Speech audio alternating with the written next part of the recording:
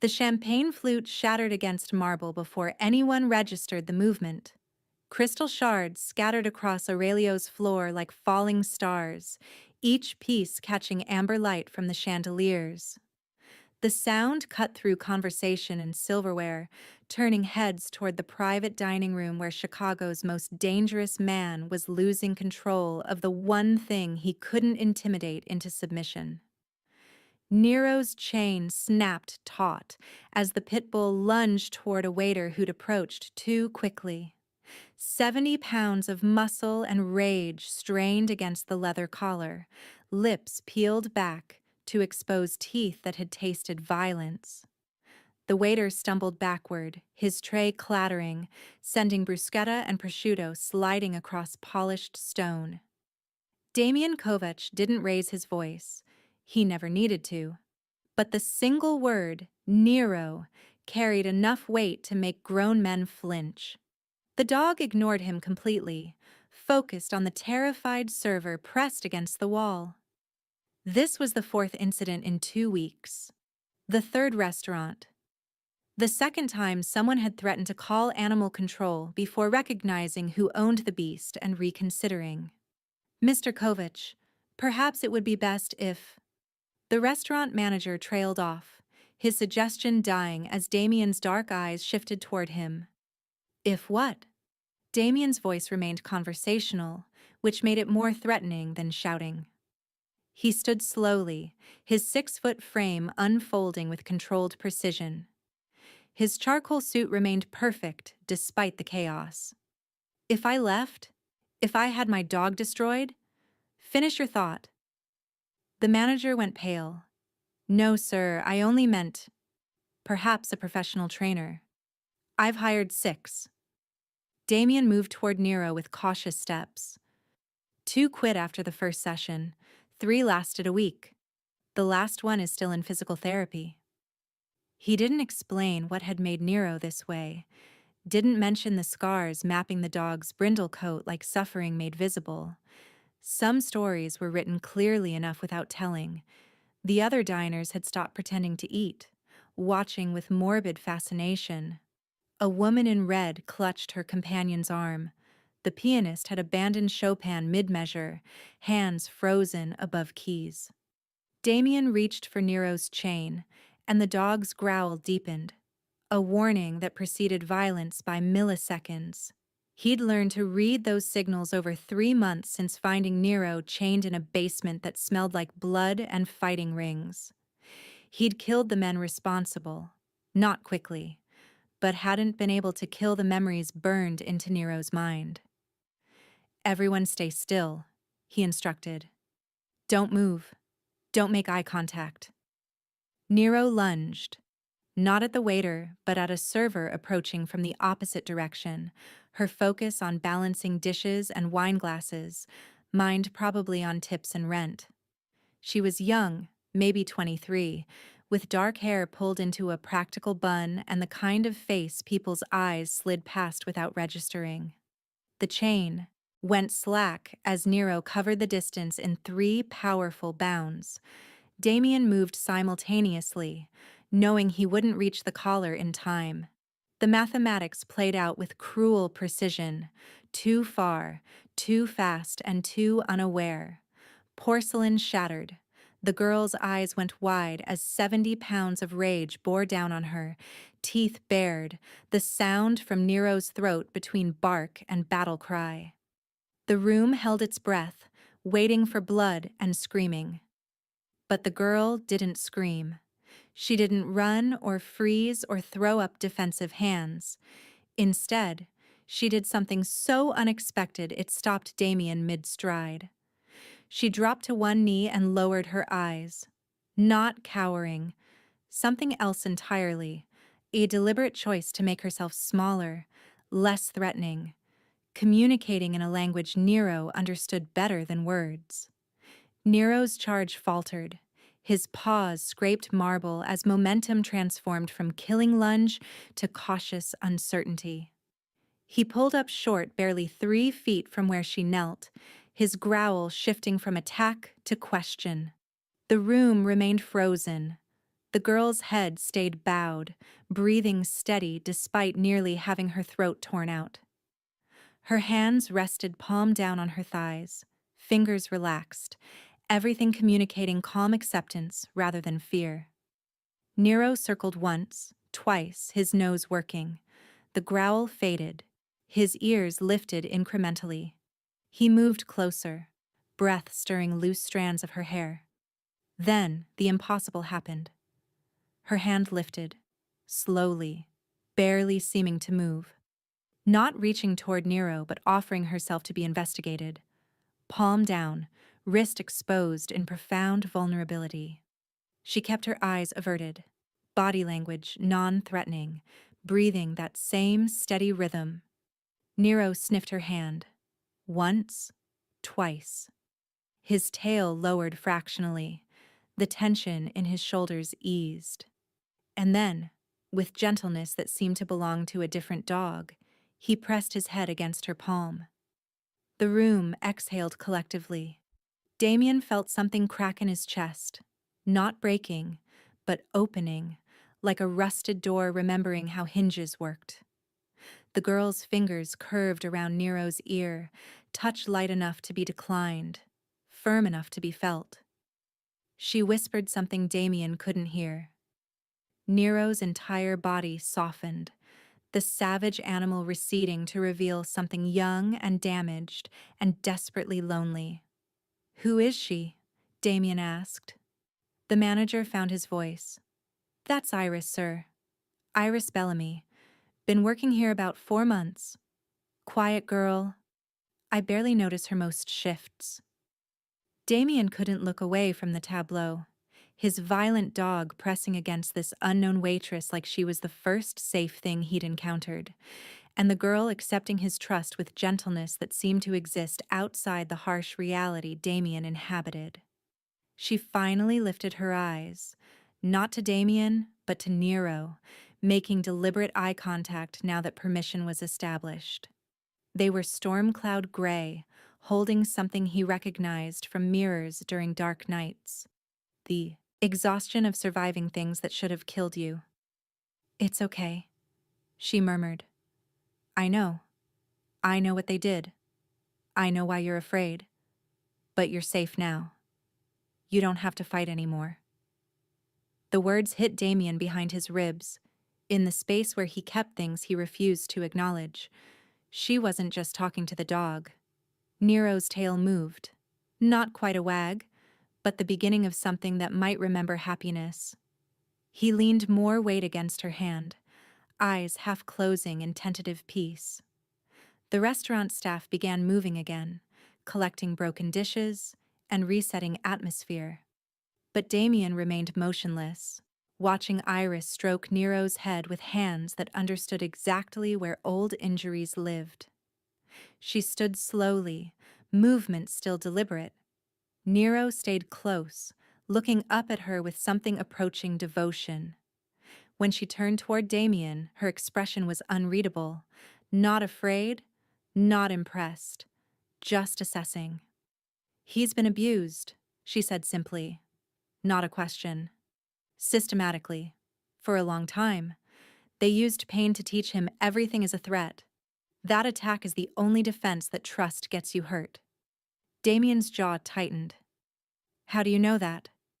Her gray eyes met his directly. "Because I know what it looks like when someone breaks something on purpose, when they take something innocent and teach it to be a weapon by making sure kindness becomes the enemy." The confession hung heavy with implications. Around them, Aurelio's returned to normal rhythm, but in their pocket of space, time suspended. "You're hired," Damien said. Iris's eyebrow lifted. "I already work here. Not as a waitress."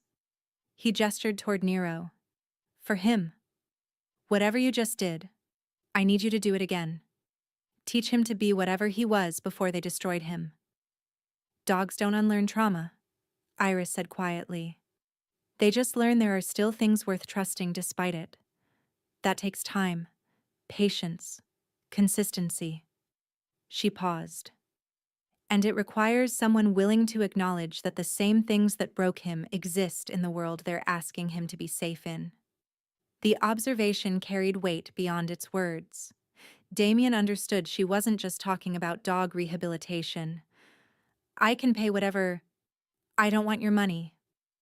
The interruption was soft, but absolute. Damien wasn't accustomed to refusals, especially financial ones. Iris seemed to sense his analysis. If I do this, I need complete authority over his care. No interference. No overriding my decisions. And she hesitated. I need to know you won't punish him for the trauma he's carrying, that you understand the violence isn't who he is, it's what was done to him. Something in her phrasing made Damien wonder what had been done to her. Agreed, he said. Anything else? Those storm-colored eyes held his. Yes. I need to know what you did to the people who hurt him. She wasn't asking from judgment or fear. She was asking because she needed to know if justice had been served. They didn't survive their mistakes, Damien answered, and they understood why before the end. Iris's shoulders relaxed fractionally. She nodded, accepting this as sufficient. Then we have an understanding, she said. I'll help Nero. But this isn't a transaction, Mr. Kovac. This is a commitment.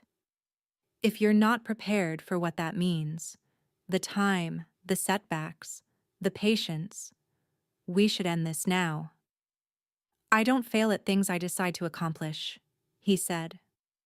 Neither does trauma, Iris countered. It doesn't care about your determination or resources. It just exists. And healing happens on its own timeline, not yours. When can you start? He asked.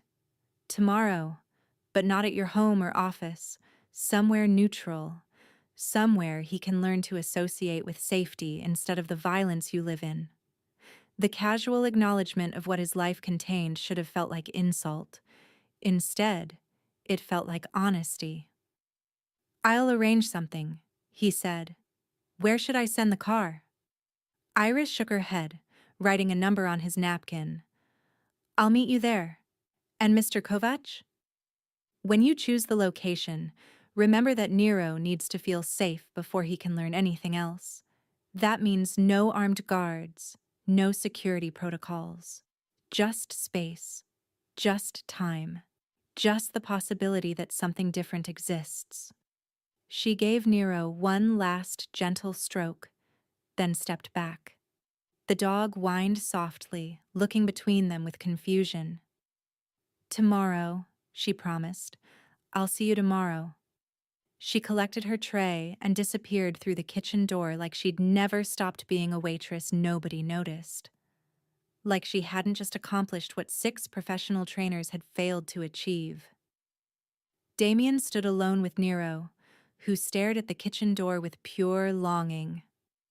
I don't know what just happened, Damien admitted quietly. But I think we just met someone who sees us for what we actually are. And I can't decide if that's the best thing or the most dangerous. Nero didn't answer, but his tail moved again with that tentative beginning of happiness. Tomorrow, Damien supposed, they'd start finding out. The warehouse sat in Pilsen, tucked between a closed auto body shop and an abandoned building.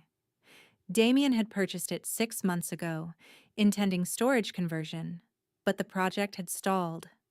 Now it served a different purpose. He'd arrived an hour early, had his people sweep for hazards, and then sent them away as instructed. The space was vast and echoing, afternoon sunlight filtering through high windows to paint geometric patterns across concrete. Nero circled restlessly, uneasy in unfamiliar territory without fortress walls. The door opened at exactly 3 o'clock, and Iris Bellamy stepped through carrying a canvas bag that smelled of treats and leather. She wore jeans and a faded blue sweater instead of her uniform, her dark hair loose around her shoulders. Without the apron's anonymity, Damien could see details he'd missed. the way she moved with unconscious efficiency, slight shoulder asymmetry suggesting old injury, careful observation of exits before fully entering. She assessed him first, quick, thorough, 3 seconds that felt longer. Then her attention shifted to Nero, and something in her expression softened. "Good choice," she said, gesturing at the warehouse. "Space without confinement, light without exposure, no corners for him to feel trapped in." Nero's ears perked up, body rigid with attention, but he didn't lunge. He remembered her. "Come here, Nero," Iris called softly, crouching with arms open in invitation rather than command. The dog looked at Damien first, checking permission that had been beaten into him. Damien nodded, and Nero crossed the floor with increasing speed, eventually running to press his entire weight against her legs. She laughed, genuine and unguarded. "I missed you too. Even though it's only been 18 hours. Yeah, I know. Time moves differently when you're scared." Damien felt something twist uncomfortably in his chest. "So," Iris said, standing but keeping one hand on Nero's head. "Before we begin, I need to understand what you want from this. What does success look like?" "I want him to stop being afraid," Damien said, the honesty surprising him. "I want him to exist in the world without seeing everything as a threat. I want him to remember how to be a dog instead of a weapon." Iris studied him. "That's what you want for Nero. What do you want for yourself?" The question landed like a punch. Nobody asked him questions like that. "This isn't about me," he said, voice hardening. "Everything is about us," Iris countered gently. "The way we love broken things tells us what we understand about brokenness. You didn't rescue Nero because you needed a guard dog. You rescued him because you recognized something in his damage. Maybe I just don't like seeing things suffer unnecessarily." "Maybe," Iris agreed. "Or maybe you remember what it felt like when nobody stopped your suffering. When you had to save yourself. And now that you have power to be the intervention, you can't walk away without trying." The accuracy was unsettling. "How do you know that?" "Because I've seen you look at him," Iris said, scratching behind Nero's ear. "And you don't look at him like people look at pets they're training. You look at him the way people look at mirrors showing them who they used to be." The silence stretched, filled only by Nero's breathing and distant traffic. Damien had perfected revealing nothing, but this waitress seemed to see through anyway. "You didn't answer my question," Iris said. "What do you want for yourself?" Damien considered lying, but something about her patient waiting made him choose honesty. "I want to believe that things can be fixed," he said. "That damage doesn't have to be permanent.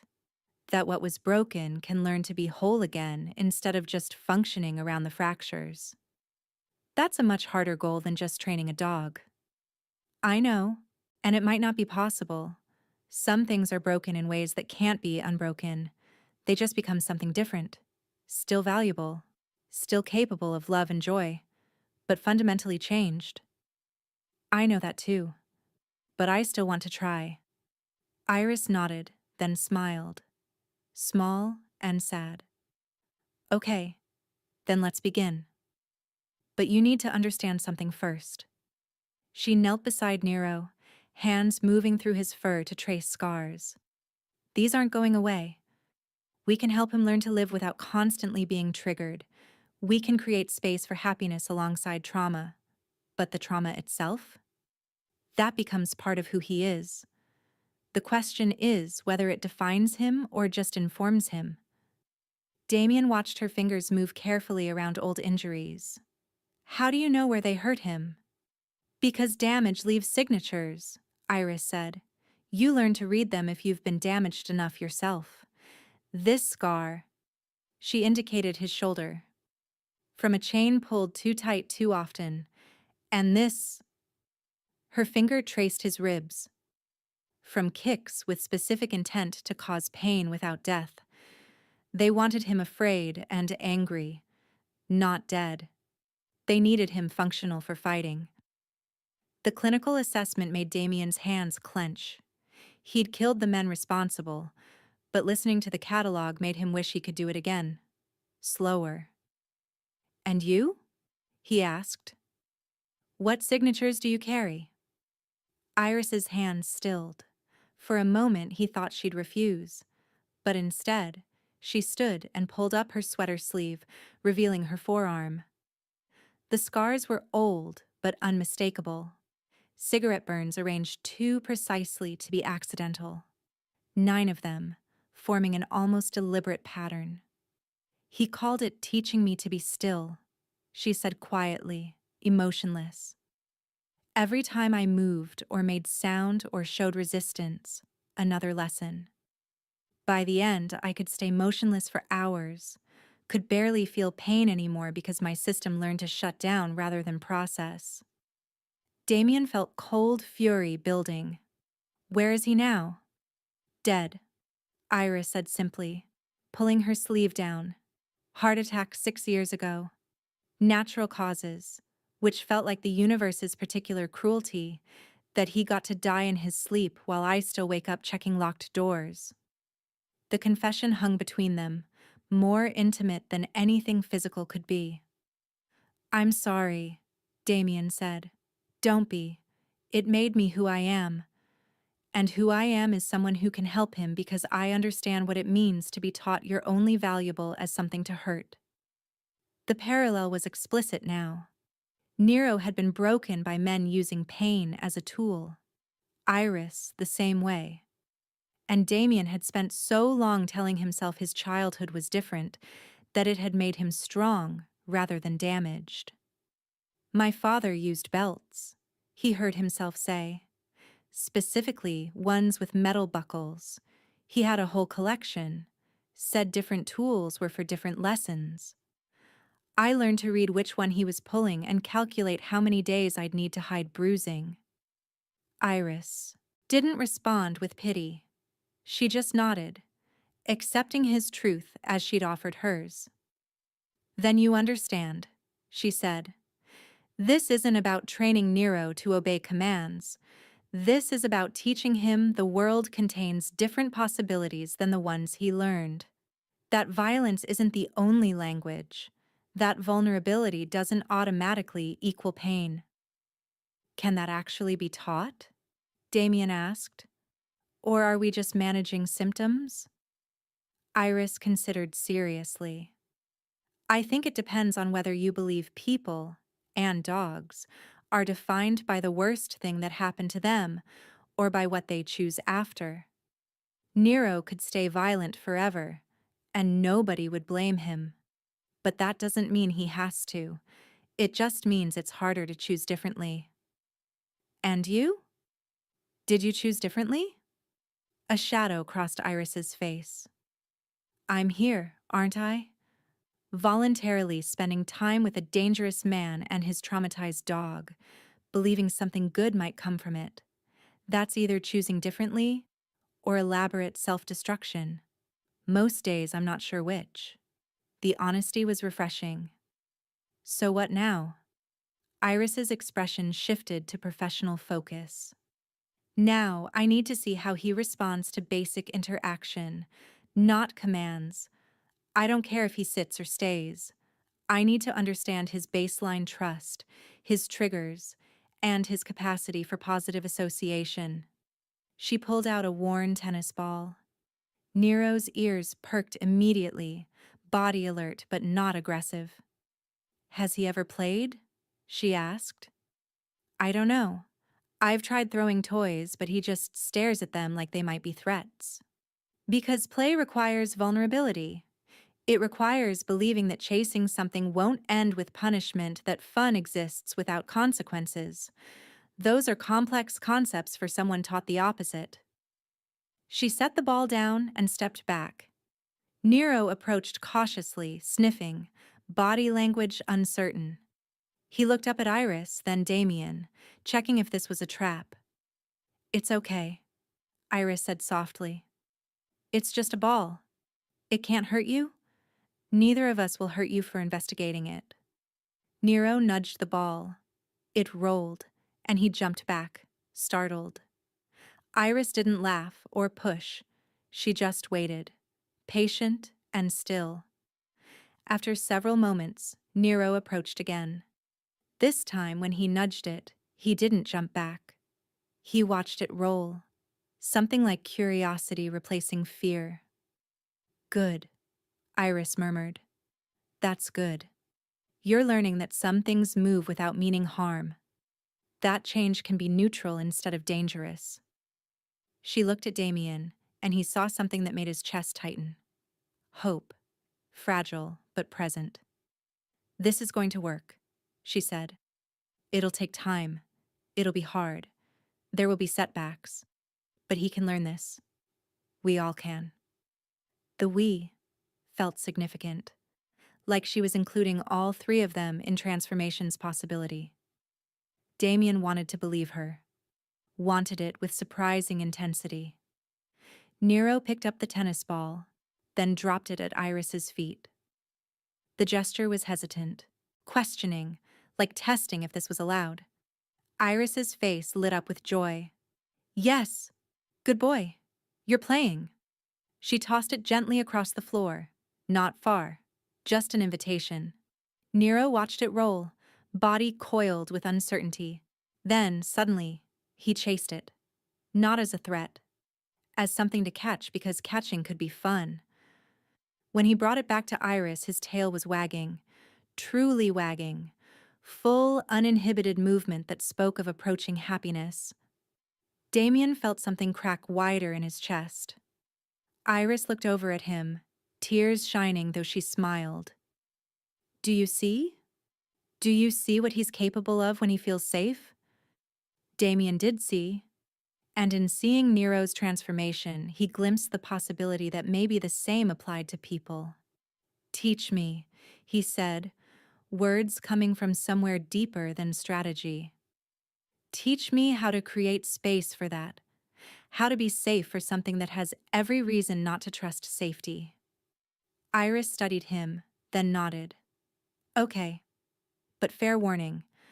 Learning to be safe for others requires confronting all the ways you're not safe for yourself, all the violence you carry inside, all the ways you've taught yourself that strength means never needing, never softening, and never admitting you're damaged too."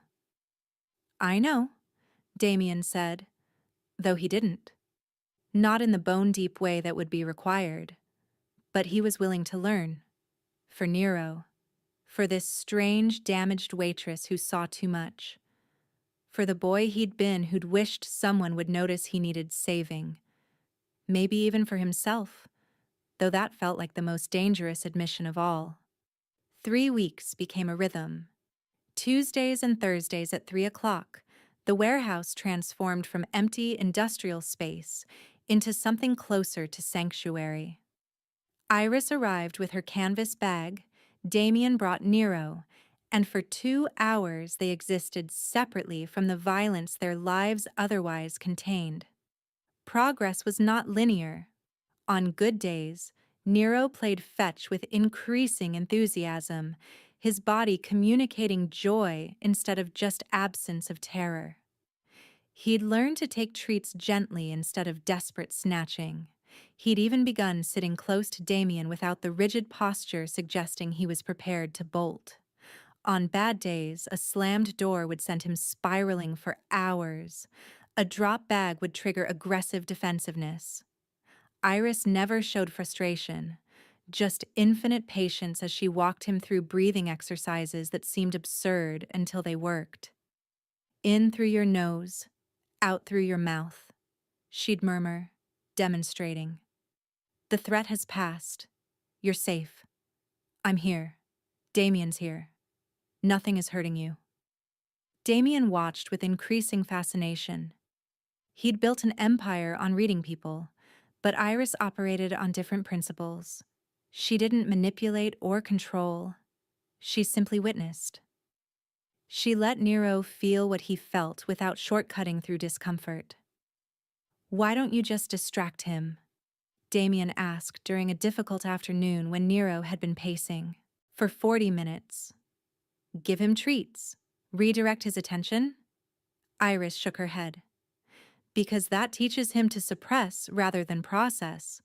The panic is information, his nervous system telling him there's unfinished business.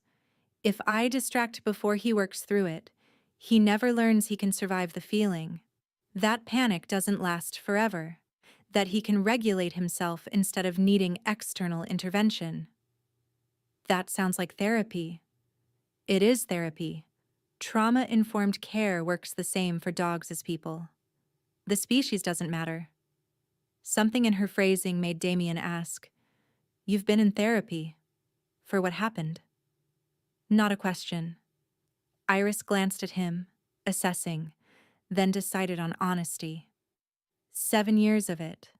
Twice a week at first, then weekly, now monthly maintenance. I learned what happened wasn't my fault, that survival was its own courage, and that I could build a life beyond what he tried to reduce me to. But I also learned that healing isn't forgetting. The scars don't disappear. They just become part of the story instead of the whole story. Damien thought about his own relationship to the past. He'd never considered therapy. Weakness was something you eliminated, not processed. But watching Iris's competent care, understanding that her capacity came from willingness to examine her own damage, made him reconsider. "Do you think I need therapy?" he asked, more vulnerable than intended. Iris's lips curved slightly. "I think everyone needs therapy, but especially people who've been taught that needing anything makes them vulnerable to exploitation. You've built safety through control and power. Therapy asks you to find safety through vulnerability and connection instead. That's terrifying for people like us." "People like us." You keep saying that. Because we are together. Different details, same core story. Someone hurt us when we were too small to fight back. We survived by becoming harder, less accessible to pain. And now we're trying to figure out if we can soften without being destroyed. Nero's just the most obvious version of that question. She crouched beside the still pacing dog. Hey, buddy. I know you're scared. I know your body is telling you danger is everywhere. But look around. What do you actually see?" Damien is sitting still. I'm sitting still. Nothing is chasing you. You're safe right now. In this moment. Nero's pacing slowed. His breathing remained elevated, but he was listening. "That's it," Iris encouraged. "You're doing so well. This is the hard work. Staying present when everything in you wants to run or fight. Choosing to trust what you can see over what you're afraid might be true." Gradually, Nero settled. He came to Iris and pressed his head against her shoulder with enough force to make her brace herself. She wrapped her arms around him, letting him lean his full weight. "Good boy," she whispered. "You did it. You worked through it. I'm so proud of you." Damien felt something uncomfortable, lodging behind his sternum. He was watching Nero receive comfort he'd needed as a child, the acknowledgement that surviving fear was its own accomplishment, and some part of him that had never grown past 7 wanted that same recognition. As if reading his mind, Iris looked up. "You're doing well too. Showing up consistently, creating space for his healing. That's harder than it looks, especially for someone whose instinct is to fix through force." The acknowledgement hit differently than expected. Not patronizing, just genuine recognition. When was the last time someone had told him he was doing well at something that mattered? "Thank you," he said, the words rusty from disuse. They sat in silence, Iris holding Nero, Damien watching from his position against the wall. The afternoon light shifted. Somewhere outside, a car alarm went off and stopped. Life continued while they existed in this pocket of extraordinary stillness. Finally, Iris spoke. "Can I ask you something personal?" Damien tensed reflexively, but fairness demanded reciprocation. "Yes." "Why did you kill them?" "The men who hurt Nero. You could have just taken the dog and left. Could have called authorities. But you chose personal violence. Why?" The question was delivered without judgment, just curiosity. "Because the law doesn't punish what happened to him adequately," Damien said. "Those men would have gotten fines, maybe short jail time, then been released to do it again. The system doesn't actually protect the vulnerable, it just processes them after they've been damaged." "So you appointed yourself judge and executioner?" "Yes." "And you don't feel conflicted about that?" Damien met her eyes directly. "Would you? If you'd found him chained in that basement surrounded by evidence of systematic torture, knowing the men responsible would face minimal consequences, would you have walked away and trusted the system?" Iris was quiet for a long moment. "No," she admitted. "I wouldn't have. I'd have wanted them to understand what they'd done, to feel even a fraction of the fear they'd created, to know with certainty they'd never hurt another living thing. Then you understand. Understanding doesn't make it right. It just makes it human. We're all capable of violence when protecting things we love. The question is whether we become what we hate in the process of fighting it." The observation was uncomfortably astute. Had he become a different version of the same monster? Had he spent so long wielding power that he'd forgotten the difference between protection and domination? "I don't know how to answer that," he said honestly. "Neither do I," Iris replied. "I used to fantasize about killing him, the man who burned me. I'd plan it in detail, how I'd make him understand, how I'd make sure he knew why. Then he died in his sleep, and I felt cheated, robbed of justice, which made me realize some part of me had become exactly what he tried to create. Someone who thought violence was the appropriate response to pain." She looked down at Nero. "That's why I do this. Why I help traumatized animals. Because they remind me that hurt things can learn to be gentle again if given the right conditions. That violence can be unlearned. That I don't have to stay the person trauma tried to make me." Damien absorbed this, thinking about his own motivations for saving Nero. He'd told himself it was about justice, about preventing further suffering. But was it actually about proving he could still care beyond strategic utility? That he wasn't completely the cold, calculating man his reputation suggested? "What if I can't unlearn it?" he asked quietly. "The violence. What if it's not something that happened to me, but something I've become?" Iris finally looked up. "Then you make a choice. Every day, every interaction. You choose whether to use violence as first option or last resort. Whether to protect or dominate. Whether to help things heal or just prevent them from bleeding visibly." She paused. "The fact that you're asking the question suggests you haven't become it completely. People who fully embody violence don't question whether they should." The reassurance was thin, but Damien held onto it anyway.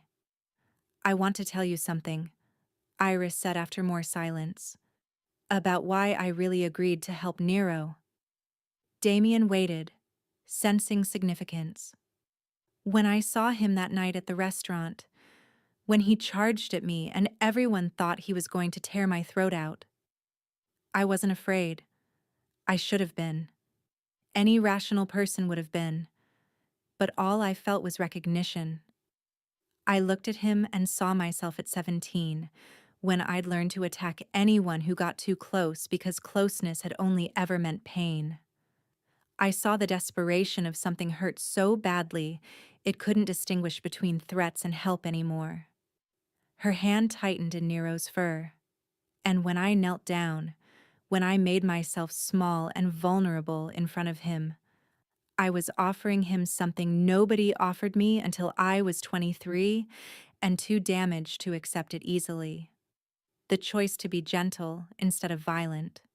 The option to trust that vulnerability wouldn't be punished. Did he take it? Damien asked, though he knew. He did. And in taking it, he gave me something too. He reminded me that the first moment of choosing different isn't the hardest. It's every moment after, when old instincts scream that you're being stupid, that you're going to get hurt again, that safety is an illusion and violence is the only reliable protection. She met Damien's eyes. You asked if you need therapy, but what you're really asking is whether you can change, whether the violence you've become is permanent or just persistent. And I can't answer that for you. But I can tell you that Nero was purpose-built to be violent. He was selectively bred, systematically abused, and specifically trained to see every living thing as either threat or prey. If he can learn to play fetch and trust gentle hands, then maybe we can too. The we inclusion felt significant again. Damien wasn't just witnessing Nero's rehabilitation, he was participating in something mutual. What happens when this ends? Damien asked. When Nero is fixed or as fixed as he's going to get? Do we just stop? Go back to our separate lives? Is that what you want? No, Damien said, before he could consider whether honesty was strategically sound. I don't want this to end. These sessions are the only time I feel like I'm doing something that matters beyond maintaining power or preventing threats. Then it doesn't have to end, Iris said simply. Nero will always benefit from continued socialization, and maybe we will too. The implications hovered between them, that this had become more than dog rehabilitation, that something was developing neither had quite named, but both recognized. Damien felt the pull toward it, toward her, toward connection that didn't require maintaining his carefully constructed persona. But he also felt the fear, that letting someone see him fully meant giving them power to hurt him. That vulnerability was just a different form of suicide for someone in his position. I need to tell you something too, he said, deciding that if they were doing honesty, it should be complete. About my world, about what I actually do. I know what you do, Damien. I'm not naive. You don't get Nero's level of trauma from legal business ventures. Then why are you here? Why risk association with someone whose violence isn't just past, but present? Because violence isn't a monolith, Iris said. There's violence that creates suffering and violence that prevents it. Violence that dominates and violence that protects. You live in shades of gray most people refuse to acknowledge exist. That doesn't make you good, but it doesn't make you simple evil either.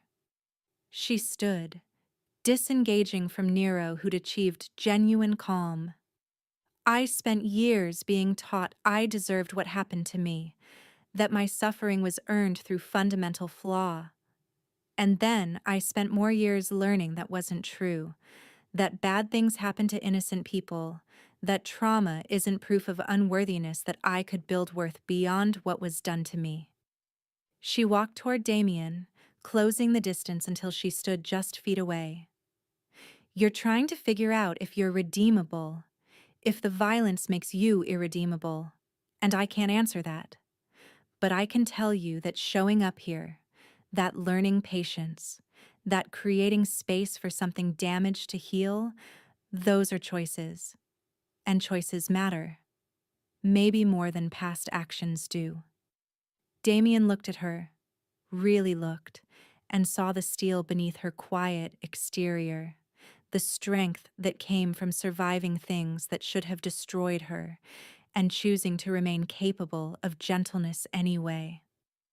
I'm afraid, he admitted, of this, of you, of what it means that I can't stop thinking about these sessions, about you, about the possibility that I might be capable of something beyond what I've been.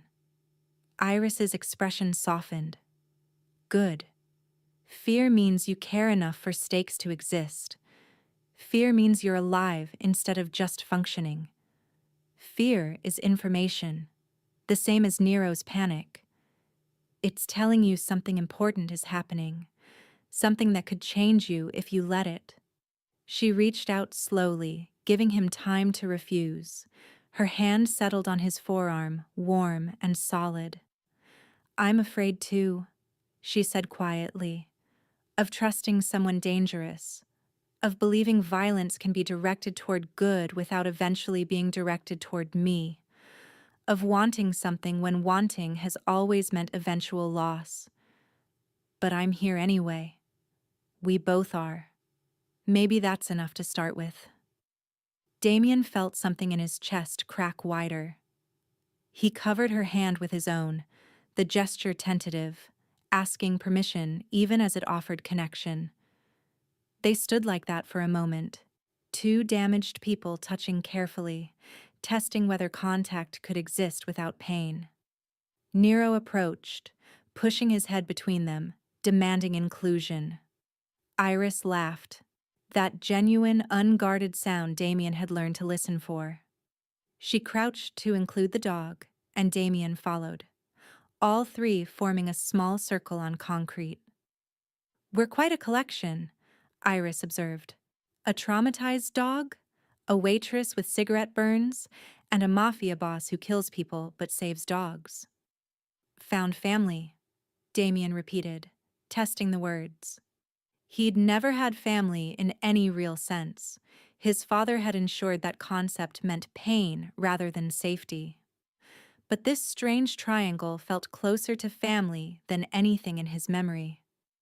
Is that what this is? He asked. Iris met his eyes, her gaze steady and sure. I think it could be, if we're brave enough to let it. The warehouse held its breath, waiting for his answer. I'm brave enough to try, he said finally. Iris smiled. Then we'll try together. Nero barked once, sharp and happy, as if agreeing. And in the fading afternoon light of a warehouse in Pilsen, three broken things began the work of becoming a family. The call came at 2 a.m. on a Thursday that had started unremarkably. Damien was still awake. Sleep had become elusive as sessions with Iris continued, his mind too active processing emotions he'd spent decades suppressing. He sat in his home office overlooking the Chicago skyline, reviewing shipping manifests, when his phone lit up with Marcus's name.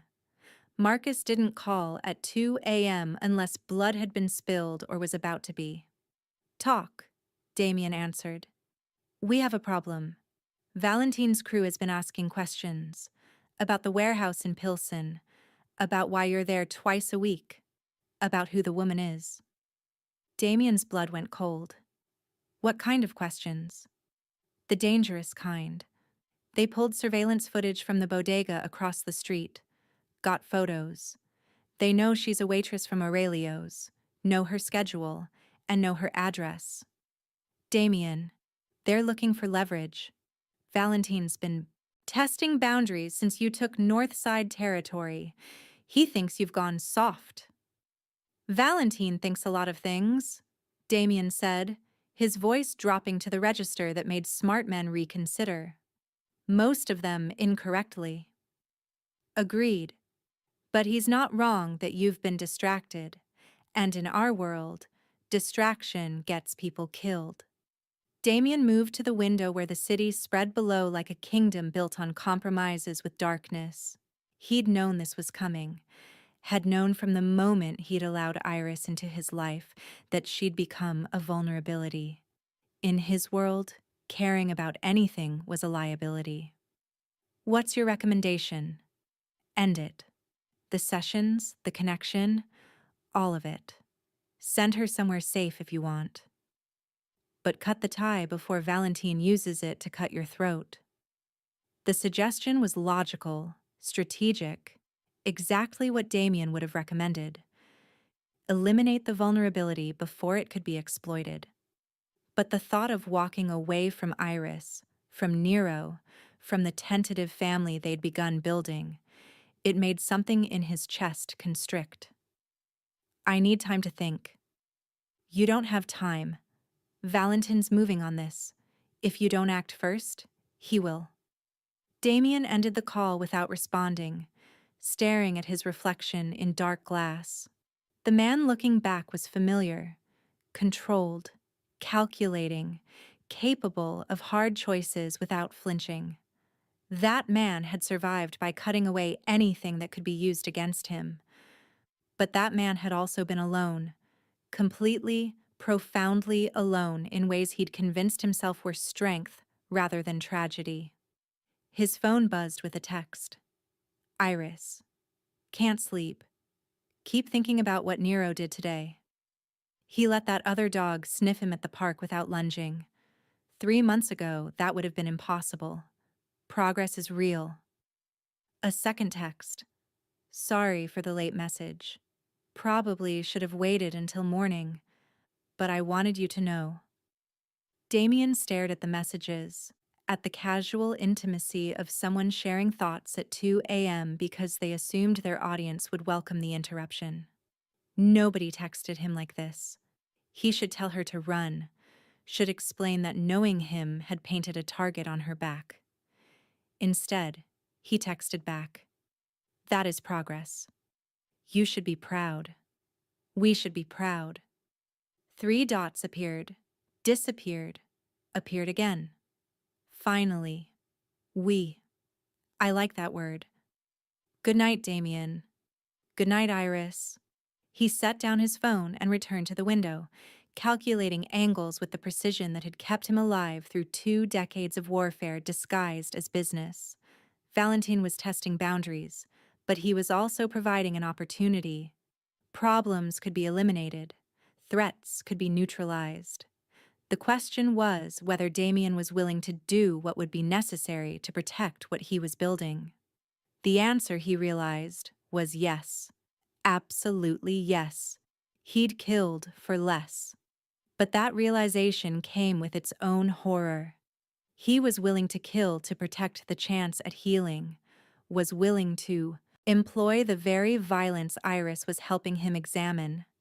The contradiction felt profound, using darkness to protect light. His father's voice echoed in memory. You think you're better than this.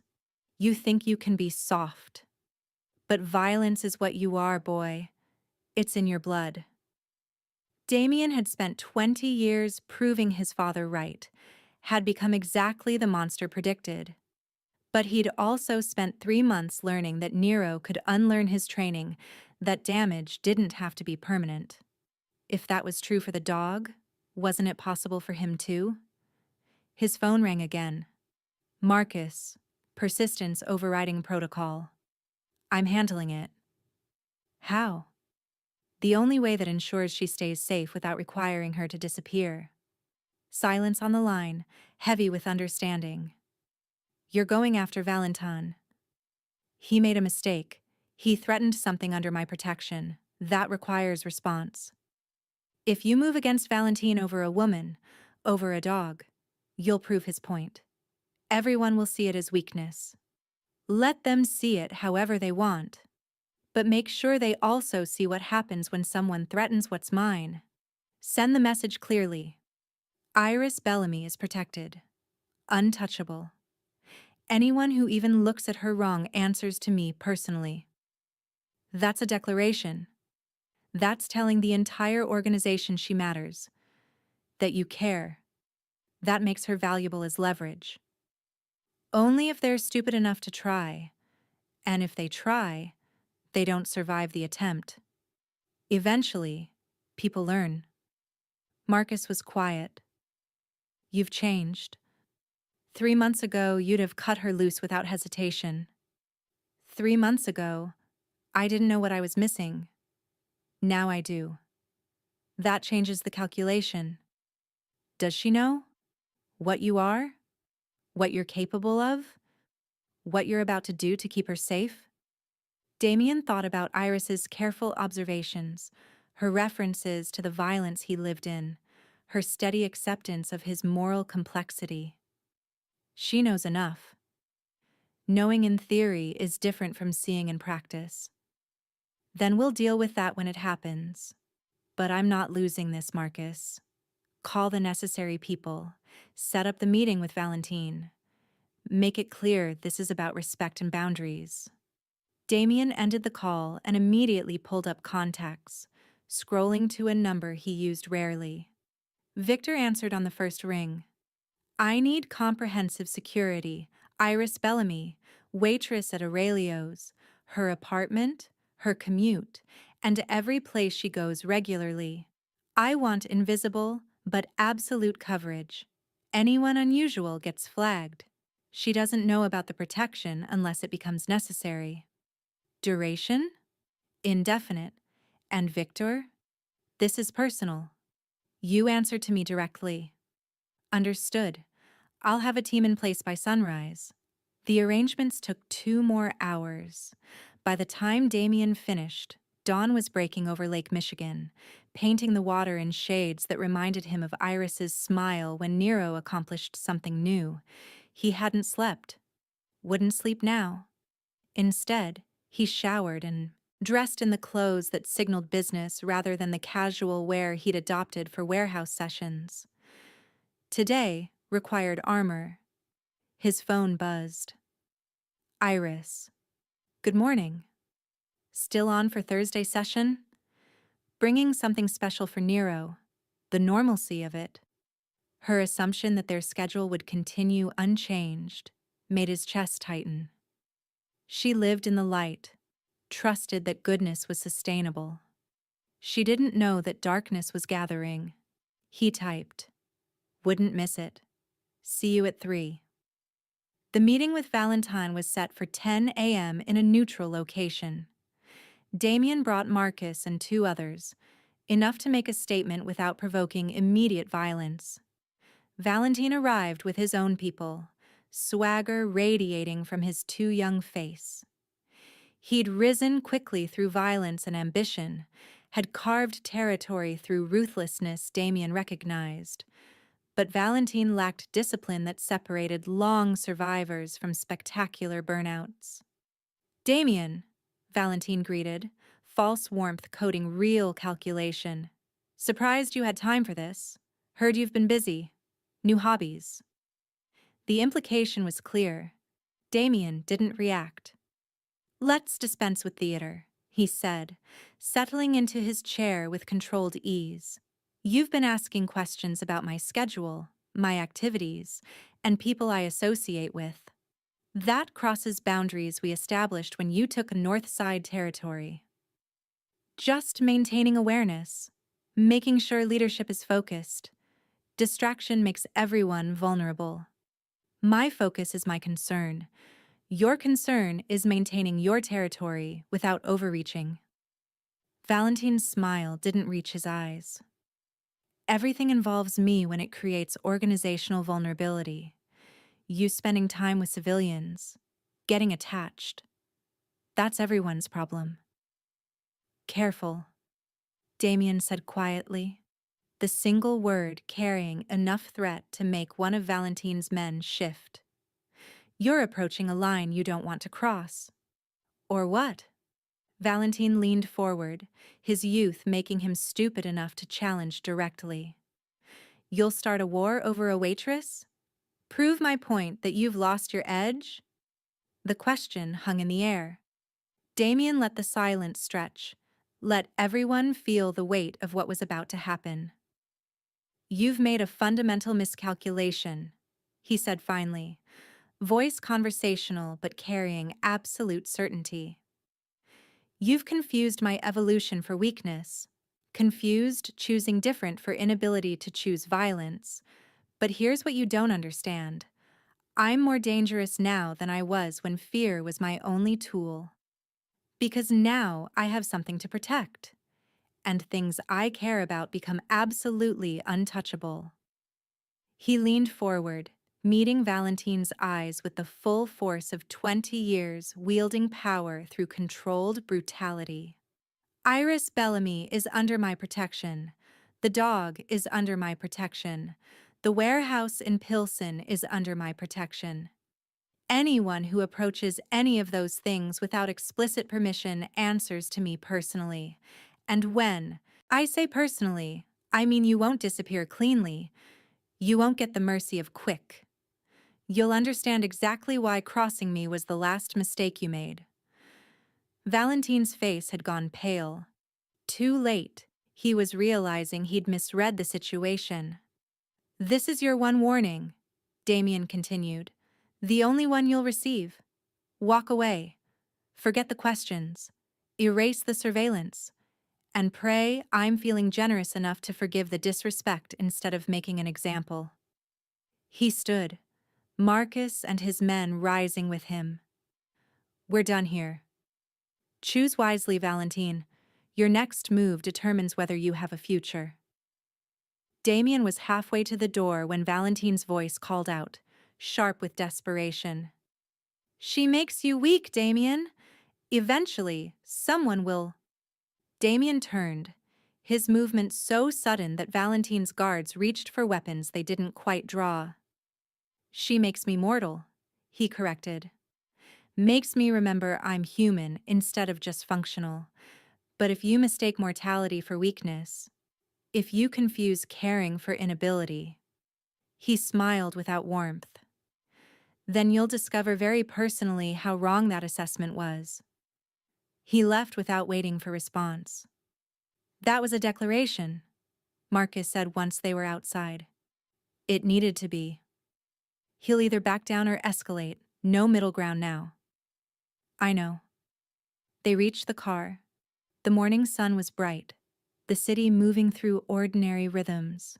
Somewhere in that ordinary chaos, Iris was probably getting ready for her shift, completely unaware that her existence had just reshaped territory agreements.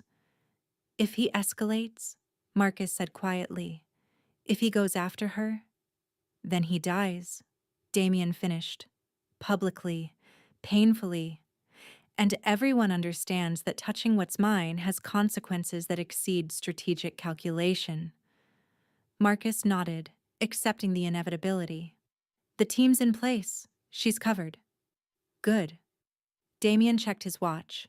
4 hours until the warehouse session. 4 hours to contain the violence he'd just set in motion. His phone buzzed. Victor. Subject secured. Apartment monitored. Daily routes covered. She had a tail this morning, neutralized without contact. Amateur surveillance. Probably Valentine's people confirming identity. They've been informed to report back that continuing investigation is inadvisable. Damien felt something cold settle in his stomach.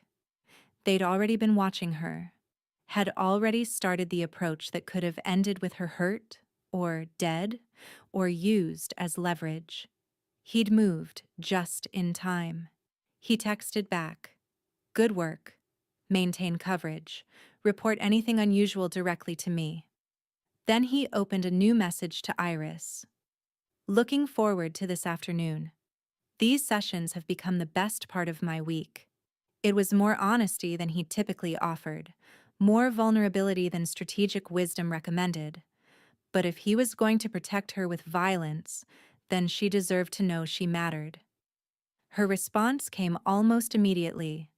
Mine too. See you soon. 3 words. Simple affirmation. But they settled in his chest like a promise that maybe the violence he was about to employ could be in service of something worth protecting. Marcus was watching him with concern and resignation. "You're all in on this, aren't you?" Damien met his oldest associate's eyes and told the truth. Completely, whatever it costs. Even if the cost is her seeing what you really are? The question hit hard. Damien thought about Iris's eyes, her acceptance of his moral complexity. She'd said she knew what he was. But did she understand that the hands gentle with Nero had also ended lives without hesitation? I guess we'll find out, he said finally. But I'd rather have her see me clearly and choose to leave than have her die, because I wasn't willing to be what I am to keep her safe. He got in the car, already planning next steps. The violence would happen, had to happen now that lines had been drawn. But it would happen in the shadows, in the spaces Iris didn't see. At least, that's what he told himself. But as the car pulled away, Damien couldn't quite shake the feeling that darkness always found a way to bleed into light. That eventually Iris would see him clearly, not the version who showed up for warehouse sessions, but the version who just promised to make an example of anyone who threatened her. And when she did, he'd discover whether what they were building could survive the truth of what he was. Thursday's session started normally. Nero's excited recognition when Iris arrived, the familiar check-in on progress, the comfortable rhythm they'd established. But Damien noticed details Iris missed. The black SUV maintaining position 2 blocks away, Victor's subtle presence in the building across the street, the invisible net of protection. "You seem distracted," Iris observed. Nero was working on impulse control, sitting patiently while she held a treat just out of reach. The dog's entire body quivered with wanting, but he stayed still. "Work concerns," Damien said, which was true enough. The fallout from his meeting with Valentine was ongoing. Territory readjustments, alliance recalculations, the careful maneuvering required when you'd effectively declared someone under your personal protection. Iris set down the treat bag and gave Nero his reward, then turned her full attention to Damien. "Want to talk about it?" He almost said no, his default response to personal questions about business. But something about the way she asked made him reconsider. "Someone threatened something important to me," he said carefully. "I had to respond in a way that ensured it wouldn't happen again." "The business kind of threat? Or the personal kind?" "Both." Iris absorbed this. "And the response? Was it the kind that requires me to not ask details?" "Probably." She nodded, accepting the boundary without pushing. "Well, I hope the important thing stays safe." "It will," Damien said with absolute certainty. "I made sure of it." They continued the session, working through exercises designed to build Nero's confidence in uncertain situations. Iris had brought unfamiliar objects, a cardboard box, an umbrella, a metal bowl, systematically exposing him while rewarding calm investigation. "The world is full of new things," she explained to Nero, "and new doesn't always mean dangerous. Sometimes it's just different. You can be curious instead of scared." Damien watched the dog approach the umbrella with cautious interest, sniffing before deciding it wasn't a threat. 3 months ago, anything unfamiliar would have triggered aggressive defensiveness. Now Nero was learning that novelty could be neutral. "He's come so far," Damien observed. "We all have," Iris corrected, glancing at him meaningfully. "This whole process has been about all 3 of us learning to exist differently than we were taught." Before Damien could respond, his phone buzzed. "Victor. Situation developing. Valentine's car spotted 3 blocks north. He's alone. Appears to be making a statement by proximity. No immediate threat, but inadvisable to ignore." Damien's jaw tightened. The arrogance of it. Valentine showing up near the warehouse, demonstrating that he knew where to find them. It was a power play, a testing of boundaries. "I need to step outside for a minute," Damien said, already moving. "Everything okay?" Iris asked, concern creeping in. "It will be. Stay here with Nero. I'll be right back." He exited into afternoon sunlight that felt too bright for the darkness he was about to engage with. Victor materialized from shadow, expression professionally neutral. He's circling the block, trying to get your attention without directly confronting. Where exactly? Victor pointed to an intersection 2 blocks north. Just past that corner. He'll loop back in approximately 3 minutes if he maintains current pattern. Damien calculated angles. Valentine showing up here was a message. I know what matters to you. I'm not afraid. It needed response. Something proportional, but unmistakable. When he loops back, Damien instructed, intercept him. Polite, but firm. Explain that his presence in this neighborhood is noticed and unwelcome.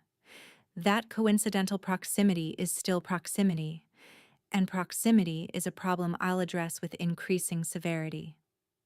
You want him stopped or just warned? Warned. For now. But make sure the warning includes specific details. What happens if he ignores it? How thoroughly I've thought through consequences. Victor nodded and moved off with efficient purpose. Damien remained outside, his attention split between the street where Valentine would soon be intercepted and the warehouse where Iris continued working with Nero, completely unaware. This was the contradiction he lived in now. Creating space for healing while employing the darkness that healing was supposed to transcend. Using violence to protect vulnerability. It felt hypocritical in ways he couldn't quite resolve. Movement at the corner. Valentine's car rolling through, slowing as if the driver wanted to be noticed. Victor stepped into the street with the confidence of someone who knew exactly how dangerous he was, forcing the vehicle to stop. The window came down, and even from this distance, Damien could see Valentine's expression shift from arrogance to uncertainty as Victor leaned in. The conversation lasted less than a minute. Victor stepped back. The car remained motionless for 3 heartbeats before finally pulling away with deliberate slowness that was supposed to look like choice, rather than retreat. Victor returned. He received the message. Not happy about it, but he understood. Said he was just driving through. I explained that driving through this specific neighborhood requires explicit permission you haven't granted. He asked what happens if he doesn't ask permission. I told him. And he went pale, made a comment about overreacting to coincidence. I clarified that in your assessment, coincidence stops being coincidental after the second occurrence, and this was the first and last free pass. He left. Will he stay gone? Victor's expression became thoughtful. From this specific location? Probably. But he'll push boundaries elsewhere. He's committed now. Backing down completely makes him look weak to his own people. This becomes a war of escalation unless someone blinks first. I don't blink. I know. Question is whether he's smart enough to figure that out before forcing you to prove it. Damien checked the time. He'd been outside for 8 minutes, long enough for Iris to notice his absence. Maintain surveillance. Document everything. If Valentine or his people come within 5 blocks of this warehouse, I want to know immediately. If they approach Iris's apartment or Aurelio's, I want to know before they arrive. Already in place? She doesn't know she's being followed? No. And I'd like to keep it that way as long as possible. Victor's expression suggested he thought that timeline was optimistic, but he nodded and disappeared back into position. Damien re-entered the warehouse to find Iris sitting cross-legged on the floor with Nero sprawled across her lap, completely relaxed. She looked up as he approached. "Work call?" she asked. "Something like that." "Must have been important. You looked like you were ready to kill someone when you walked out that door." The observation was too accurate. Damien settled on the floor across from her. "How do you do it?" he asked. "Switch between the person who works at the restaurant and the person who's here? How do you separate those worlds?" "I don't," Iris said simply. They're the same world, same me. I'm just lucky that my damage manifests in ways that make me good at reading trauma in others instead of ways that make me dangerous. You think I'm dangerous. I know you're dangerous. But dangerous isn't the same as evil. You're capable of violence. That's obvious. The question is whether you control the violence or it controls you. Damien thought about Valentine's car, about Victor delivering threats, about the protection network he'd deployed without Iris's knowledge. Was that control or just better disguised chaos? What if the answer is both? He asked quietly. What if I use violence deliberately, strategically, but it's still using me? Iris was quiet, her hand moving through Nero's fur. Then you're human. Humans are contradictions. We're capable of profound gentleness and terrible cruelty, often in the same breath. The violence shapes you, yes, but so does this. She gestured around. Showing up, learning patience, creating space for healing. Both are true simultaneously. Doesn't that make me a hypocrite? Maybe. Or maybe it makes you someone who understands that the world isn't simple. That protection requires strength, and strength sometimes requires violence. The question isn't whether you're capable of darkness. We all are. The question is what you're using it for. Damien wanted to tell her then. Wanted to confess that he'd threatened to torture someone for asking questions about her, that armed guards were maintaining invisible perimeter, that he'd drawn lines in blood to keep her safe without asking if she wanted that protection. But the words stuck in his throat. I need to tell you something, he started, then stopped. Iris waited, patient and still. Someone asked questions about you, he said carefully. About why I come here, what these sessions mean, whether you make me vulnerable. I responded in ways that ensure those questions won't be asked again. Violently? Threateningly, with the implicit promise of violence if boundaries continue to be crossed. Iris absorbed this. Because they asked about me, or because asking represented disrespect to you? The question was more complicated than it appeared. Both. The disrespect matters in my world, shows weakness if I tolerate it. But mostly because the idea of anything happening to you, of you being hurt because of association with me, is intolerable. I'd burn down everything I've built before I'd allow that. That's intense. I know.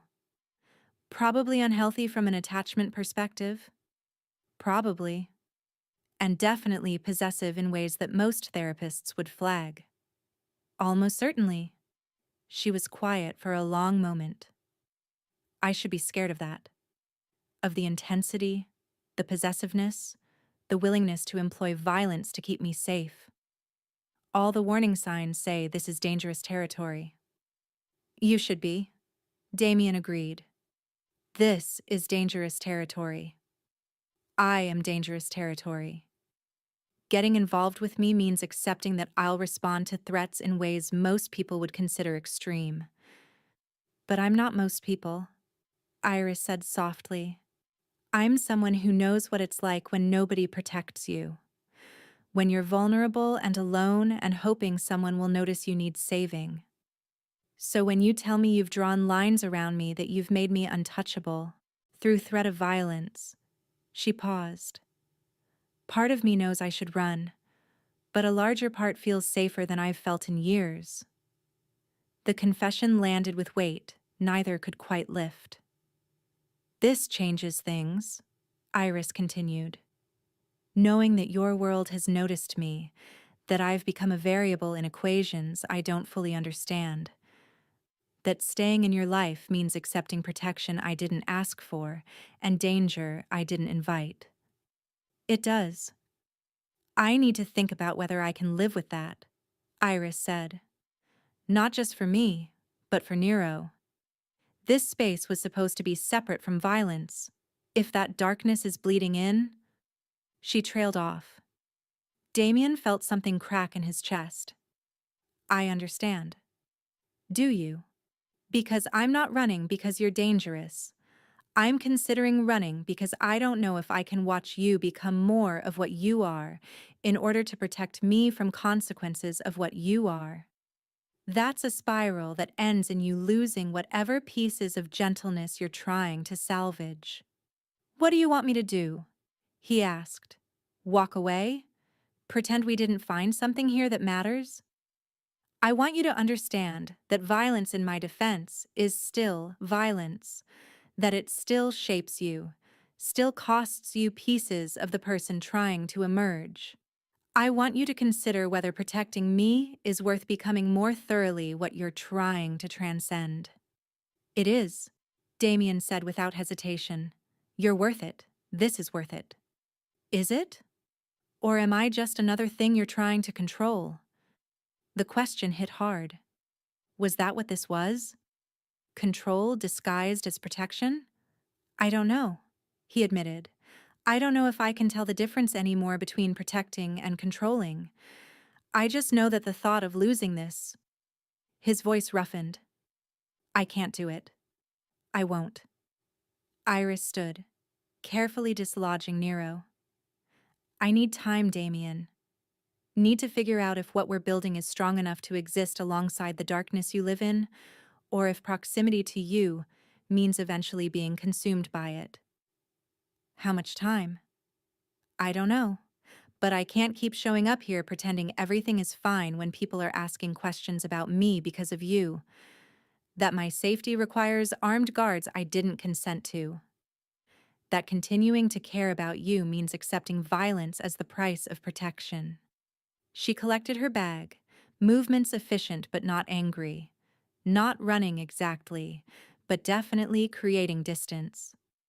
Iris, I'll call you, she said, cutting off whatever he was about to say. When I've decided. But please, don't follow me. Don't have your people watch my apartment. Don't try to protect me from choices I'm capable of making for myself. Just give me space to think. She left before he could promise or protest. Nero whined, confused by her departure, looking up at Damien as if he might explain. I don't know, Damien told the dog. I don't know if she's coming back. He pulled out his phone, texting Victor. Pull all surveillance. From her apartment and routes. She wants space. Give it to her. Victor's response. That's tactically inadvisable. She's vulnerable without coverage. I know. But she asked. And her autonomy matters more than my need to control the situation. A long pause then. Understood. Team's withdrawn. But I'm maintaining distant surveillance on Valentine. If he approaches her, you need to know. Agreed. Damien sat in the empty warehouse with Nero. 3 months of progress. 3 months of learning that healing was possible. 3 months of building something that felt like family. And he'd potentially destroyed it by being exactly what he'd always been. Someone who responded to threats with overwhelming force. The irony wasn't lost on him. He'd tried to protect what they were building, but in protecting it through violence, he'd proven Iris's point. That the darkness always bled through. Nero pressed against his leg, offering comfort he'd learned to both receive and provide. Damien's hand moved automatically to the dog's head, finding familiar scars. Maybe that was the lesson. Maybe damage was permanent. But it didn't have to be definitive. Maybe you carried darkness while reaching toward light. Or maybe he was just rationalizing. His phone stayed silent. No message from Iris. No resolution. Just space. But he'd learned something in 3 months of watching Nero heal. That growth required letting go of control, trusting that good things could survive without being forced. So he sat as shadows lengthened, a dangerous man and a traumatized dog, both learning that sometimes the hardest thing was waiting to discover if what you'd built was strong enough to withstand truth. 5 days passed in silence that felt heavier than any conversation. Damien maintained distance as requested, withdrawing surveillance, resisting every instinct. The restraint required felt like its own form of violence, internal, constant, and sharp. Nero noticed the absence. He'd pace the warehouse on session days, looking for Iris with expectation that slowly transformed into confusion, and then something that looked like mourning. Damien brought him anyway, maintaining the schedule even without her presence. "She's thinking," he told the dog during Thursday's solo session. "Figuring out if we're worth the complications. I can't blame her for that calculus." Nero tilted his head, questioning. He'd learned to trust, and trust had resulted in Iris becoming essential. Now she was gone, and no amount of explanation could help the dog understand why safe things sometimes disappeared. The restaurant call came on day 6, just after midnight. Damien answered before the first ring completed. "Damien." Iris's voice was tight, controlled, but carrying an undercurrent that made his entire body go alert. "I need you to come to Aurelio's. Back entrance. Don't bring anyone else. What happened? Just come. Please." The line went dead. Damien was moving before conscious thought engaged, texting Victor. "Only. Going to Aurelio's. Alone. Maintain position, but don't follow." The drive took 12 minutes that felt like 12 hours. Damien pushed every limit, his mind calculating terrible possibilities. The restaurant's back entrance was dark when he arrived. Iris stood near the dumpsters, arms wrapped around herself despite the mild spring night, her usual composure fractured. Damien was out of the car before it fully stopped, closing distance with careful urgency. "Are you hurt?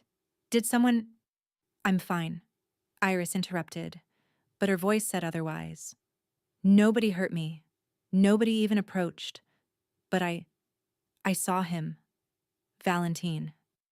He was here tonight at the restaurant, eating dinner like it was normal, like he wasn't making a statement." Damien felt fury ignite. He'd warned Valentine explicitly.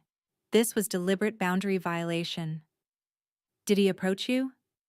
"No, he didn't even look at me directly. But he was there, Damien, at my workplace, in my space, and I knew he was there because of you, because I matter to you, because my existence has somehow become a piece on a board I never agreed to play on." She was shaking now. Damien wanted to pull her close, but the space between them felt like a boundary he didn't have permission to cross. "I'm sorry," he said. "I pulled surveillance, gave you the space you asked for, but that created an opening he exploited. I should have anticipated." "That's exactly the problem," Iris interrupted. "You're apologizing for giving me autonomy, for respecting my request. Because in your world, my safety requires constant management, constant vigilance, constant control. And maybe you're right. Maybe association with you means forfeiting the right to move through the world normally. Maybe this is just what loving someone like you costs." "Loving." Damien repeated the word carefully. "You said loving." Iris laughed, the sound sharp and slightly hysterical. "Of course I did. Because I'm an idiot who fell for a dangerous man while trying to rehabilitate a dangerous dog, and now I can't tell if what we're building is healing or just elaborate mutual destruction." She pressed her palms against her eyes. "He sat there eating pasta, Damien, smiling at the servers, leaving a generous tip, being perfectly pleasant while knowing I'd recognize the threat. And I couldn't do anything. Couldn't confront him, couldn't call the police, couldn't even let anyone see I was scared because then they'd ask questions I can't answer." "What do you want me to do?" Damien asked quietly. "Give me instructions." "That's just it. You can't fix it." Iris's voice rose. This isn't fixable through force or strategy. This is the reality of caring about you. This is the cost, and I have to decide if I'm willing to pay it. She was crying now, tears tracking down her face despite her obvious frustration with showing this much vulnerability. I came here tonight planning to tell you I can't do this, that the complications exceed my capacity, that I need to walk away before I'm so entangled that walking away isn't possible. But, Damien prompted, but seeing him there, seeing the smugness, the deliberate encroachment, I didn't want to run. Iris met his eyes, her gaze fierce despite the tears. I wanted to call you. Wanted you to make him understand that I'm not available for intimidation games. Wanted the protection I'd spent 6 days convincing myself I didn't need. She wiped at her face angrily. What does that say about me? That I claim to want autonomy but reach for you the moment independence feels dangerous? That I criticize your violence while simultaneously wanting to benefit from it? It says you're human, Damien said, finally closing the remaining distance. It says you understand that strength isn't refusing help, it's knowing when you need it. He wanted to touch her, to promise that Valentine would regret existing by morning. But first, he needed to know what she'd decided. I'm going to kill him, Damien said quietly. Not immediately, not obviously, but Valentine crossed a line tonight that can't be uncrossed. He came into your workplace knowing it was forbidden territory. That's not a test. That's a declaration. And declarations require response. Iris didn't pull away, didn't argue, just searched his face. Tell me what that means, she said. Don't sanitize it. Don't protect me from details. If I'm going to accept this, accept you, I need to understand what I'm accepting. Damien considered how much truth to offer, then chose complete honesty. It means I'll arrange an accident. Something that looks natural enough to avoid investigation but clear enough that people in my world understand it was deliberate. It means Valentin will disappear gradually, his territory absorbed, his people redistributed, his influence erased. It means I'll use violence not as a warning, but as a solution. And if others come after him? Iris asked. Then they learn the same lesson. Faster each time, until the message is clear. You are untouchable. Not because I claim you as property, but because harming you brings consequences so severe they exceed any possible strategic benefit. You're describing becoming more of what you are, more violent, more ruthless, more thoroughly the monster. Yes, because of me. Because I choose to protect you. The motivation is mine, Iris. The responsibility is mine. You don't carry that weight. Don't I? She pulled back slightly. If I accept this, if I come back, if I choose you, knowing what you'll do, aren't I complicit? Aren't I saying my comfort matters more than human life? The question was sophisticated, cutting to ethical complexity that easy narratives ignored. Yes, he said simply. You would be complicit. Not legally, you're not ordering or participating, but morally, philosophically, you'd be accepting that your safety is purchased through violence performed on your behalf. That's the reality.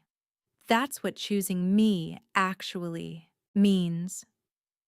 Iris was quiet for a long time, her mind clearly working through implications. I need you to understand something, Iris said finally. I'm not naive. I'm not some innocent who wandered into your life without understanding what you are. I knew from that first night that you were dangerous, that your world operated by different rules, that proximity to you meant accepting violence as standard operating procedure. She met his eyes directly. But there's a difference between knowing intellectually and experiencing viscerally.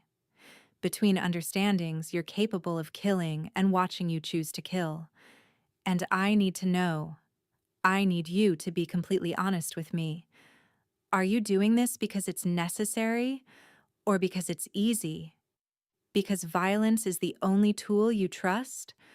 Or because this specific situation genuinely requires this specific response? Damien thought about Valentine's calculated appearance, about how withdrawal of protection had been interpreted as weakness, about the escalation pattern if Valentine wasn't stopped. Both, he admitted. Violence is my most developed skill. It's the tool I trust because I've perfected its use. But this situation also genuinely requires permanent solution. Valentine won't stop testing, won't accept that you're off limits, will continue escalating until either he succeeds in using you as leverage or I demonstrate that trying has fatal consequences. So killing him is strategic necessity wrapped in personal preference for violence as problem solving. Yes. She nodded slowly. Okay, then do it. But I have conditions. Damien waited, willing to agree to almost anything. First, I don't want details. I don't want to know when or how or where. I just want him gone and to never think about it again. She held up a hand. Second, this doesn't become pattern. You don't get to kill everyone who makes me uncomfortable. There has to be proportionality. Agreed. Third, Iris's voice softened. You have to promise me you're still trying, still working toward being something other than just violence. That protecting me doesn't mean abandoning the possibility of healing we've been building, that you can hold both, being dangerous when necessary and gentle when possible. I promise, Damien said, meaning it completely. Iris, these past 6 days without you, without the sessions, without watching Nero's progress, without the possibility of building something different, they've been worse than anything Valentine could threaten. I'll do what's necessary to protect you, but I won't become only that. I can't. You've shown me I'm capable of more. Iris stepped closer, finally allowing proximity. Her hand came up to rest against his chest, palm flat over his heart. Then prove it, she said quietly. Kill Valentine because it's necessary. Make me safe because you can't tolerate alternatives. But then come back to the warehouse. Come back to Nero. Come back to me. And show me that the hands that end. Lives can still be gentle with damaged things trying to heal. Damien covered her hand with his. I can do that. Can you? Can you really separate them? Be the monster when required and the man when possible without the roles bleeding together? I don't know, but I'm willing to try. For you, for what we're building, for the possibility that maybe I can be both without being consumed by either. Iris studied his face, then leaned forward and pressed her forehead against his chest. I'm terrified, she whispered. Of you. Of this. Of choosing to love someone who'll kill to keep me safe. But I'm more terrified of walking away and wondering forever if we could have been something extraordinary if I'd just been brave enough to try. Damien wrapped his arms around her, holding her with careful intensity. We can be. Extraordinary. Complicated. Probably dysfunctional. But real. Honest. Built on actual understanding instead of comfortable illusions. They stood like that for several minutes, two damaged people holding each other in an alley, having just negotiated the terms of murder and love in the same conversation. When they separated, Iris's eyes were clearer, composure returning. I should get home. Late shift tomorrow. I'll follow you. Make sure you get there safely. Damien. Non-negotiable. You asked for autonomy, not for me to pretend threats don't exist. I can give you space without being stupid about security. Iris considered arguing, then apparently decided to pick her battles. Fine, but distance following. I don't want to see the car. Deal. She walked to her vehicle, then paused. Damien, when Valentine is handled, when this specific threat is resolved, we need to have a longer conversation about what this relationship actually is, what it means, where it's going. I know. And you need to consider whether you're ready for that conversation, whether you can commit to something real without letting your need for control destroy what we're building. I'm ready, Damien said. Or I will be. I'll do whatever work is necessary. Iris smiled, small and sad. Then I'll see you Thursday. Regular session. Bring Nero. We have more healing to do. She drove away, and Damien followed at exactly the distance requested. Victor's car appeared 2 blocks behind. When Iris safely entered her building, Damien didn't leave immediately. He sat watching her windows light up, thinking about the conversation they'd just had, about the conditional acceptance she'd offered, about the man she believed he could become. Then he pulled out his phone and texted a single word to Marcus. Proceed. The response came immediately. Target? Valentin. Make it look natural. No connection to us. Timeline. 1 week maximum. Understood. Damien set down the phone and started the drive home, his mind already compartmentalizing. One part calculating logistics, another part thinking about Thursday's session, about Nero's continued progress, about proving to Iris that he could be both dangerous and healing without contradiction destroying him. His phone buzzed. Iris, thank you for coming, for listening, for being honest instead of telling me what you thought I wanted to hear. It matters. He texted back. Thank you for giving me another chance, for seeing me clearly and choosing to stay anyway. It matters more than you know. 3 dots appeared, disappeared, appeared again. Finally, we're going to mess this up sometimes. Both of us. But maybe if we're honest about the mess, if we don't pretend away the complications, we can build something real anyway. We can. We will. He drove through sleeping Chicago, a dangerous man who'd just arranged a murder while simultaneously committing to emotional vulnerability, and for the first time in his life, the contradiction didn't feel like weakness. It felt like wholeness. 3 months after Valentine's car went off a bridge, brake failure, investigators ruled, Damien stood in the warehouse watching something he'd once thought impossible. Nero was playing with another dog, not just tolerating proximity, actually playing, full-body joy of 2 animals chasing each other in elaborate circles, communicating in the ancient language of play that transcended trauma. His name is Atlas, Iris said, standing close enough that her shoulder brushed Damien's arm. Belongs to my neighbor. She asked if I could socialize him. He's been nervous since a bad park experience. I figured if anyone could teach him that dogs can be safe, it's Nero. Damien watched his once violent Pitbull demonstrate gentleness, adjusting his play style to match Atlas's comfort level, reading body language and responding with emotional intelligence that spoke to profound healing. He's teaching, Damien observed quietly, passing on what he learned. We all do that eventually, Iris said. If we heal enough, the damage becomes foundation for understanding damage in others, for knowing how to help instead of just how to hurt. She was right. Damien had seen it in his own transformation. The violence he'd lived in had been gradually repurposed toward protection that didn't require domination. He still ran his empire, still made hard choices, and still employed strength when situations demanded it. But something fundamental had shifted. He no longer defined himself by it. Marcus told me something interesting yesterday, Damien said.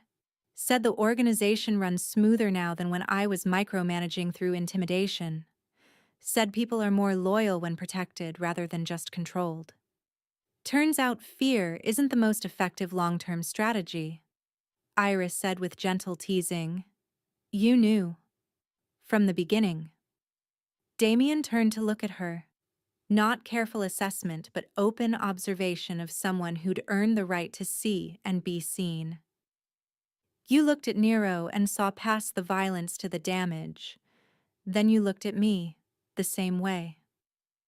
Her eyes held warmth that still surprised him with its consistency.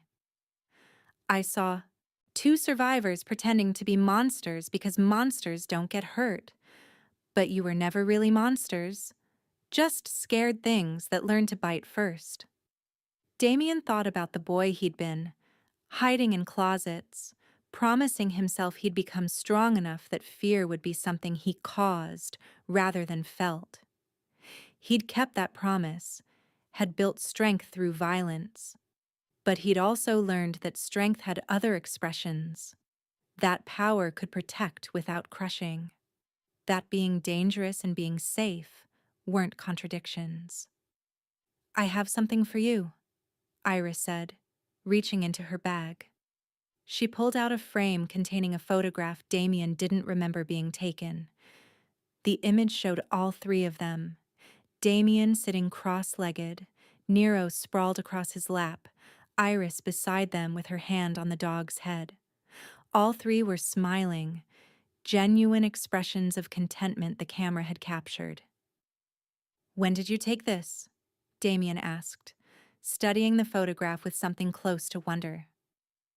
2 weeks ago. You were distracted teaching Nero a new command. Didn't even notice. Iris smiled. I wanted evidence that this was real, that 3 broken things actually managed to become something whole together. Damien traced the frame's edge, his throat tight with emotion he'd spent decades suppressing. We did, didn't we? Become something whole. We're becoming, Iris corrected gently. Healing isn't a destination, it's a practice we commit to daily. She was right about that too. The past 6 months hadn't been smooth progression. There had been setbacks. Days when Nero's old fears surfaced, when Damien defaulted to control because vulnerability felt too dangerous, when Iris withdrew into protective isolation because intimacy still sometimes felt like trap rather than gift. But they'd learned to navigate those setbacks together, to recognize patterns, communicate needs, offer patience instead of judgment. My therapist says I've made remarkable progress, Iris continued, settling onto the floor where they could watch the dogs play. Damien joined her, their bodies naturally arranging into comfortable proximity. Says that being in a relationship with someone actively working on himself instead of demanding I accept him as is has been transformative for my ability to trust. You're in therapy. I'm in therapy. We're both in therapy. Sometimes I think the only one of us with healthy coping mechanisms is the dog who was literally bred for violence. Iris laughed, the full, unguarded sound Damien had learned to listen for as confirmation she felt safe. Nero's been in therapy too, just a different kind. But yes, we're quite the collection of recovering trauma survivors. Her hand found his, fingers interlacing with easy familiarity. 6 months of Thursday sessions had expanded into dinner most evenings, then weekends, then the comfortable assumption of shared time that spoke to relationship rather than just regular meetings. They hadn't defined it explicitly, both too wary of labels carrying expectations they weren't sure they could meet. But the photograph told the truth. They were family. Chosen, complicated, built on honest acknowledgement of mutual damage, but family nonetheless. I love you, Damien said, the words emerging without careful calculation. I don't know if I'm saying it right. Don't know if what I feel matches what other people mean. But when I imagine my life without you in it, without these sessions, without Nero, it feels wrong, incomplete, like I'd be going back to existing instead of living. Iris was quiet, her thumb moving across his knuckles. I love you too, she said finally. Even though you're dangerous, even though loving you means accepting violence as part of the package, even though some part of me still waits for the other shoe to drop. What if I am the monster? Damien asked. What if this is just elaborate rationalization? Then you're a monster who shows up every Thursday without fail, Iris said. A monster who learned patience instead of just dominance. A monster who'd rather build something good than just prevent something bad. And if that's what monsters are capable of when they choose to be, then maybe the word doesn't mean what we thought it did. She leaned her head against his shoulder.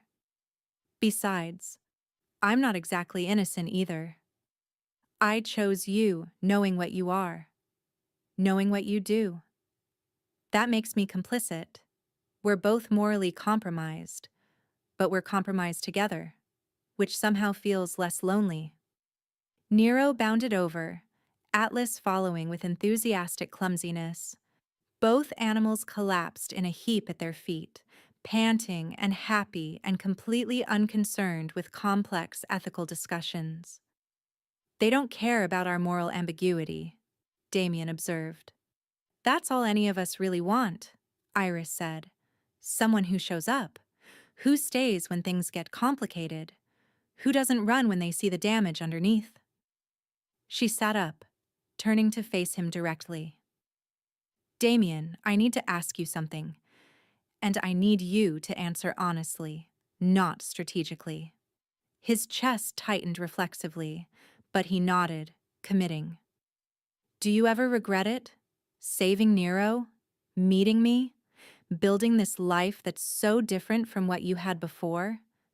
Do you ever wish you'd just stayed in the darkness where everything was simpler?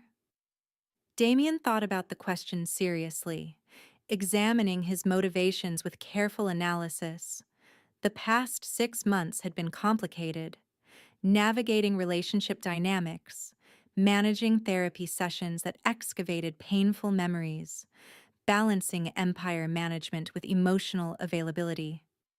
It would have been easier to maintain the isolation he'd perfected, but easier wasn't better. Simpler wasn't fuller. No, he said with absolute certainty.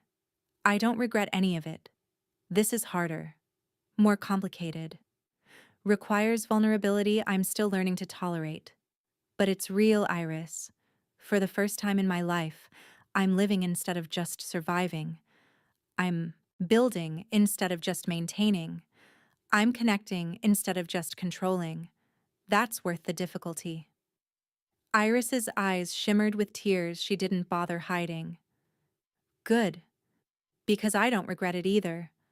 I regret that it took so long to find you, that Nero had to suffer before we could save him, that we all had to be broken before we could help each other heal.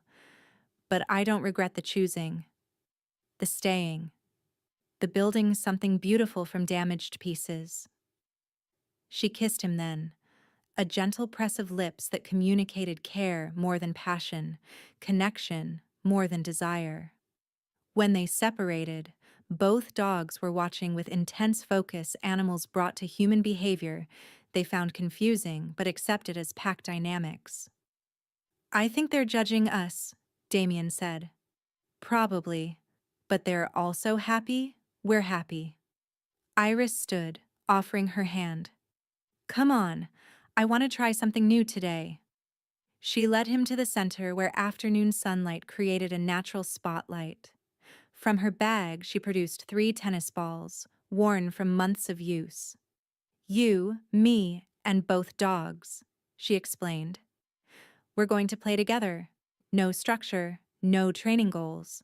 Just play. Fun for the sake of fun. Can you do that? Damien realized he didn't know if he could. Play had never been part of his vocabulary. Childhood had been survival. Adulthood had been strategy.